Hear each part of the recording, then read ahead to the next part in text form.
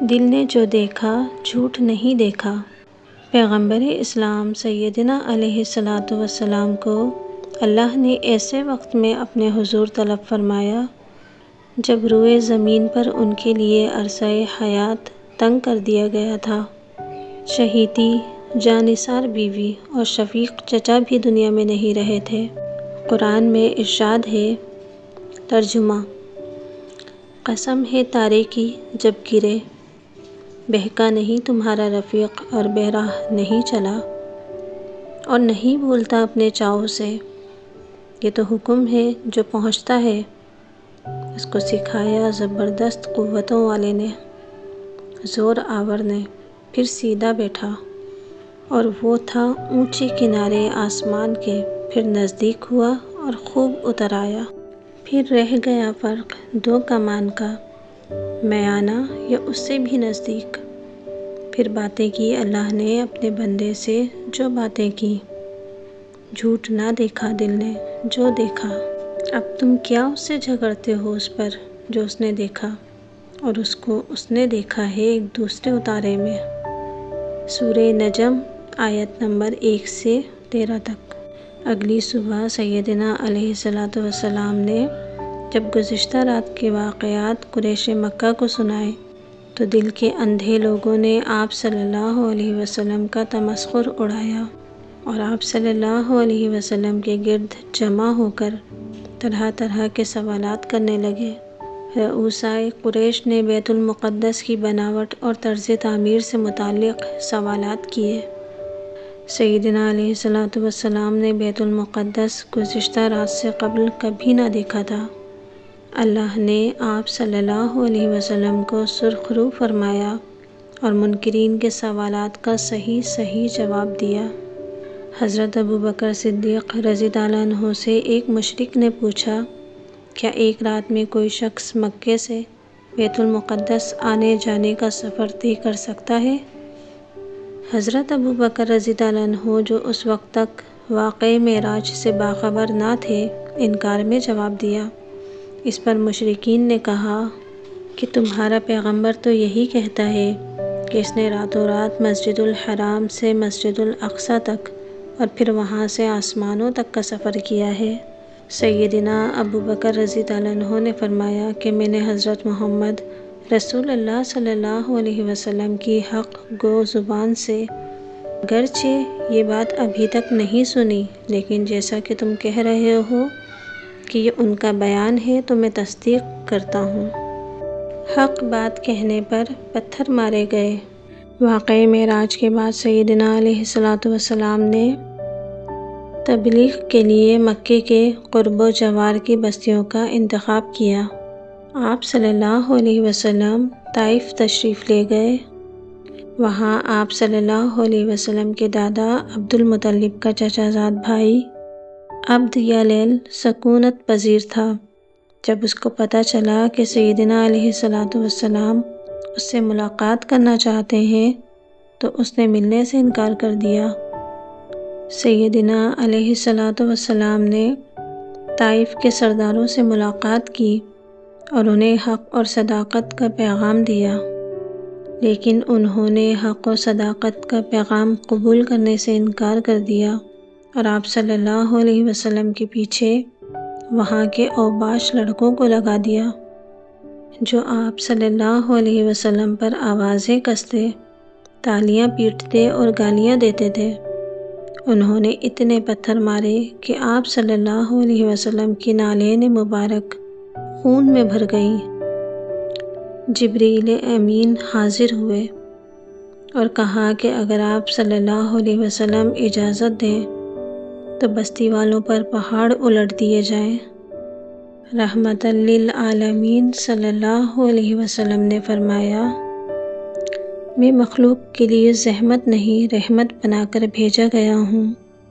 میں امید کرتا ہوں کہ اللہ تعالیٰ ان کی نسلوں سے ایسے بندے پیدا فرمائے گا جو صرف ایک اللہ کی عبادت کریں گے۔ زخموں سے چور آپ صلی اللہ علیہ وسلم نے ایک باغ میں پناہ لی۔ اس باغ کے مالک دو بھائی عتبہ بن ربیعہ اور شیبہ بن ربیعہ تھے۔ سیدنا علیہ الصلوۃ والسلام کو لہو لہان دیکھ کر انہوں نے اپنے نصرانی غلام کے ہاتھ آپ صلی اللہ علیہ وسلم کی خدمت میں انگور کا خوشہ بھیجا۔ آپ صلی اللہ علیہ وسلم نے بسم اللہ کہہ کر انگور لے لیا۔ مسیحی غلام نینوا کا باشندہ تھا۔ اس نے آپ صلی اللہ علیہ وسلم سے ان کلمات کی بابت دریافت کیا۔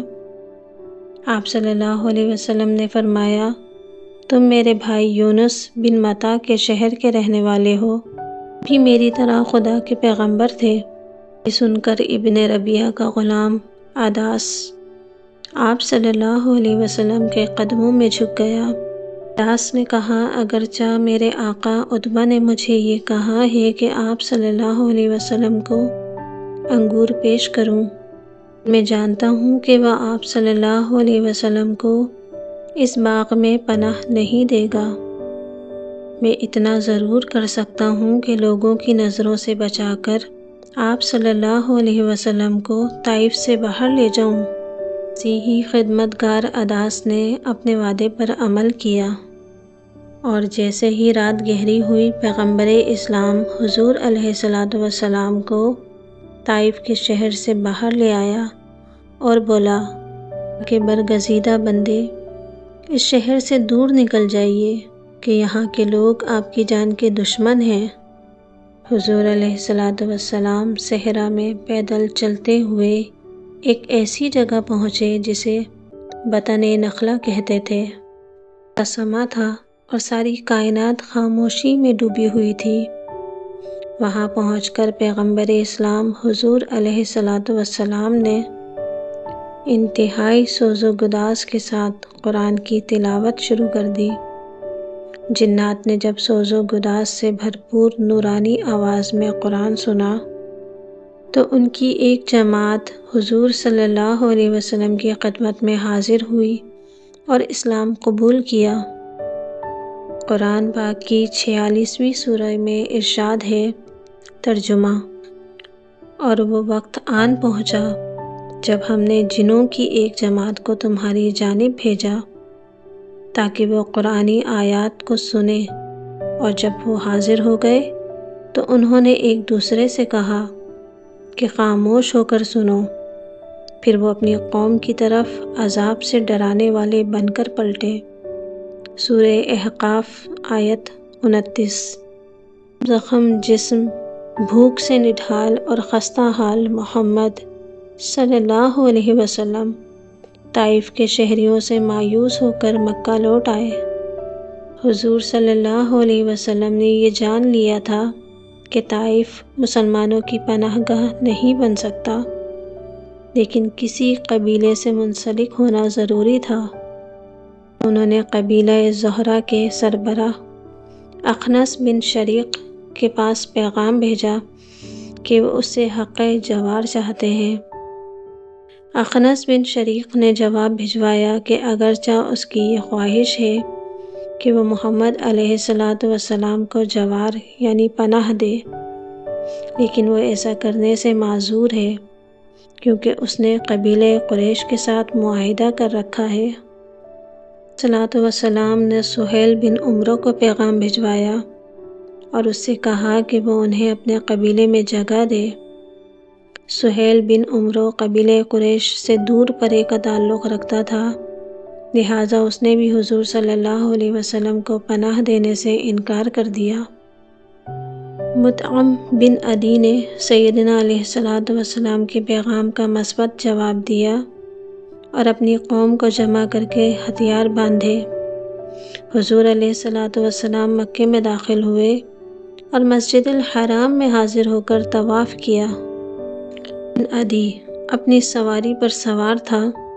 اس نے اعلان کیا، قریش کے لوگوں، میں نے محمد صلی اللہ علیہ وسلم کو پناہ دی ہے۔ مطعم بن عدی اور اس کے لڑکوں نے سیدنا علیہ الصلوۃ والسلام کے گرد حلقہ بنا رکھا تھا۔ کعبے میں حاضری کے بعد آپ صلی اللہ علیہ وسلم اپنے گھر تشریف لے گئے۔